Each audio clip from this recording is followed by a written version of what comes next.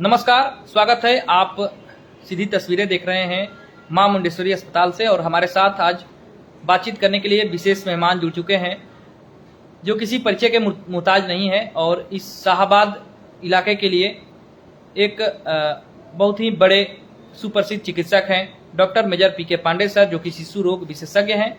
इसके साथ ही मां मुंडेश्वरी अस्पताल जो कि बक्सर के बाईपास रोड में स्थित है, उसके निदेशक भी हैं। और आज हम लोग बात करेंगे डॉक्टर साहब से, क्योंकि प्रचंड गर्मी पड़ रहा है और ऐसे में बहुत सारे लोग जो हैं वो लू के चपेट में आ रहे हैं। बड़े बड़े लोग जो हैं हीट वेव के चक्कर में आकर के चपेट में आकर के गिर जा रहे हैं। ऐसे में नवजात शिशुओं को कैसे बचाया जाए, कैसे उनका देखभाल किया जाए, इस पर हम लोग आज डॉक्टर साहब से जानकारी लेंगे। डॉक्टर साहब, आपका हमारे लाइव में स्वागत है। बहुत बहुत धन्यवाद और आपको बहुत बहुत धन्यवाद कि आपने अपना कीमती समय दिया है और बहुत अच्छा टॉपिक आपने छेड़ा है जो कि अभी सबको जानने की ज़रूरत है। तो इसमें आपको बता दें कि अभी बहुत ही कड़ाके की गर्मी पड़ रही है और इसमें जो बच्चे होते हैं उनको डिहाइड्रेशन की बहुत ज़्यादा शिकायत होने का चांस होता है। दूसरा इतनी ज़्यादा गर्मी पड़ती है तो उनको हीट स्ट्रोक होने का चांस हो जाता है। तो इसमें हर लेवल के, हर एज के लोगों को बहुत सावधानी के साथ रहना है। इसमें विशेषकर आपने पूछा है नवजात शिशु का, तो आपको बता देते हैं कि नवजात शिशु बहुत ही कोमल और बहुत ही फ्रेजाइल होते हैं और इनको अपना शरीर का टेम्परेचर मेंटेन करने में थोड़ी सी कठिनाई होती है जी। तो इसमें बहुत ही विशेष ध्यान देना होता है। इनको ज़्यादा टेम्परेचर में भी परेशानी होती है और कम टेम्परेचर में भी परेशानी होने लगती है। तो ऐसे में जब नवजात शिशु का बात होता है तो उसमें ध्यान देने की बात है कि जो जहाँ भी आप रहते हो, जो भी आपके पास व्यवस्था हो, तो कोशिश करना है कि ऐसे जगह पे रखें जहाँ पे लू और ज़्यादा गर्मी ना जाए।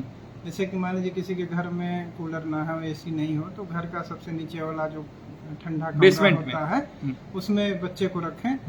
और उसमें ये ध्यान देने वाली बात होती है कि आप जो पहने हैं उसी के अनुसार उसको भी रखना है। एक सूती का कपड़ा, जो सबसे सस्ती गमछी सूती की जो अच्छी मुलायम वाली मिलती है, उससे उसको कवर अप करके रख सकते हैं। आप ज़्यादा कपड़ा नहीं पहनाना है और एकदम नंगे भी नहीं छोड़ देना है, क्योंकि वो भी जो मक्खी मच्छर काटते हैं उसके बैठने से उनको इन्फेक्शन होने के चांस होता है। यदि आपके घर में कूलर और एसी है तो बहुत अच्छा है, तो उसमें आप बच्चे को रखें। उसमें भी एक चीज़ ध्यान देने का है कि जो कूलर और एसी का जो हवा चलता है वो डायरेक्ट बच्चे के फेस पे ना पड़े, एकदम उसके सामने नहीं रख देना है। रूम को ठंडा करना है आपको, बच्चे को ठंडा नहीं करना है, तो उसको साइड में करके रख सकते हैं।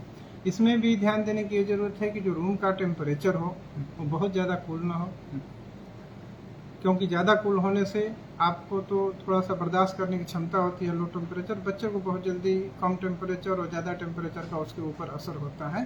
तो जिसमें कि आप कंफर्टेबल हो और आपको गर्मी न लगे, पसीना न आए, ऐसा टेम्परेचर रखना है। ये नहीं कि आप एकदम आराम से ठंडा कूल करके बैठे हैं तो उससे बच्चे को दिक्कत होती है। तो आपको ऐसे टेम्परेचर में रखना है कि आपको गर्मी न लगे, पसीना न लगे, उतना टेम्परेचर बच्चा बर्दाश्त कर लेता है। और ये आप नहीं कर सकते हैं कितना टेम्परेचर होना चाहिए, एसी का सेट करना चाहिए, क्योंकि एसी का टेम्परेचर केवल सेट करने से नहीं होता, रूम का साइज के ऊपर और किधर ऊपर का रूम है, बेसमेंट का रूम है, उसके अनुसार भी उनकी कूलिंग हो जाती है।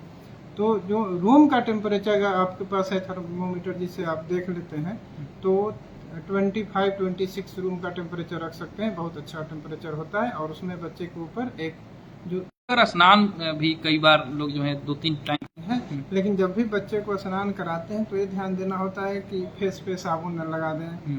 साबुन लगाने से कभी कभी सरक जाता है तो इनको एस्पिरेशन हो जाता है। दूसरी है कि बहुत देर तक ठंड पानी से नहीं उनको भिगा के रखना है, जल्दी से उनको साफ करके और कपड़े से सुखा देना होता है। तीसरी चीज़ें होती है कि जब भी आप स्नान कराते हैं तो ये नहीं कि एकदम ठंडा पानी से नवजात शिशु को स्नान कराएं, उसका टेम्परेचर नॉर्मल रूम टेम्परेचर पे होना चाहिए और हल्का सा बल्कि आपको गर्म पानी महसूस होनी चाहिए। हीट वेव के क्या सिम्टम्स हैं डॉक्टर साहब, कैसे पहचान में आएंगे? अभी तो मेनली देखिए, छोटे जो नवजात शिशु होते हैं, बहुत छोटे बच्चे होते हैं, उनमें तो बहुत सिम्टम नहीं आपको जैसे डायरिया ये सब नहीं दिखता है, लेकिन उनमें सुस्तीपन आ जाता है, दूध कम पीते हैं और सूखे सूखे शरीर हो जाते हैं डिहाइड्रेशन होने के चलते। और बड़े जो बच्चे हैं उनमें उल्टी, दस्त और डिहाइड्रेशन की शिकायत हो जाती है। तो इसमें विशेषकर जो नवजात शिशु होते हैं, तो जैसा कि आप को जानते हैं कि शुरुआत के 6 महीने तक केवल आपको माँ का ही दूध पिलाना होता है। तो ऐसे स्थिति में आप उनको पानी देना शुरू नहीं कर देना है कि प्योर पानी आप पिलाने लगते हैं, तो जिससे कि प्योर पानी पिलाने से काफ़ी खतरनाक कंडीशन हो जाती है, जिससे कि सोडियम की कमी शरीर में होने से हाइपोनेट्रेमिया आ जाती है, जिससे बहुत सारे कॉम्प्लिकेशन होते हैं। तो उसमें ये ध्यान देना होता है कि बच्चा अगर लग रहा है कि थोड़ा डिहाइड्रेटेड हो, तो उसको जो पिलाने की फ्रीक्वेंसी है वो आप थोड़ा सा बढ़ा दीजिए। उसको जो अमाउंट ऑफ मिल्क है वो थोड़ा ज़्यादा मिलने लगेगा, तो धीरे धीरे उसका जो डिहाइड्रेशन का स्टेटस है धीरे धीरे इम्प्रूव हो जाता है। अगर लगता है कि ज़्यादा पानी कमी लग रही, तो थोड़ा आप ORS सोल्यूशन का इस्तेमाल कर सकते हैं, जिससे कि उसको हाइड्रेट किया जा सकता है। हीट वेव के दौरान यात्रा में क्या कुछ परहेज बरतने की आवश्यकता है? यात्रा में तो ये ध्यान देना है कि जब भी घर से बाहर निकलते हैं, तो जब भी धूप का टाइम हो उसमें तो ना निकलें।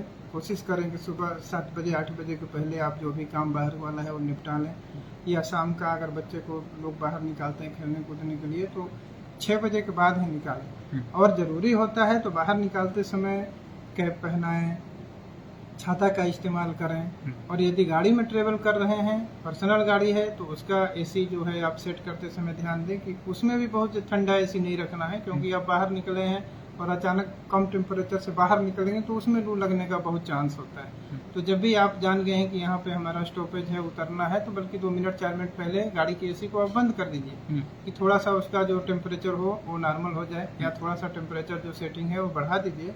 नहीं तो जो इसमें सबसे खतरनाक होता है टेम्परेचर डिफरेंस। मान लीजिए आपने अंदर का टेम्परेचर 24-22 डिग्री कर लिया है, बाहर का 40 डिग्री टेम्परेचर है, तो बहुत ज़्यादा डिफरेंस है। जब अंदर से बाहर बच्चा निकलेगा या आप निकलेंगे, दोनों को लू लगने का बहुत ज़्यादा चांस रहता है। तो उसमें जो एसी का टेम्परेचर है, जब आपको बाहर निकलना, एडाप्टेशन बोलते हैं, थोड़ा थोड़ा अनुकूलन आपके शरीर में होना चाहिए। जैसे कि आप देखते हैं कि हम लोग जब लाइट से अंधेरे में जाते हैं तो दिखता नहीं है, धीरे धीरे आँख की पुतलियाँ होती हैं और अपनी धीरे धीरे फैल करके लाइट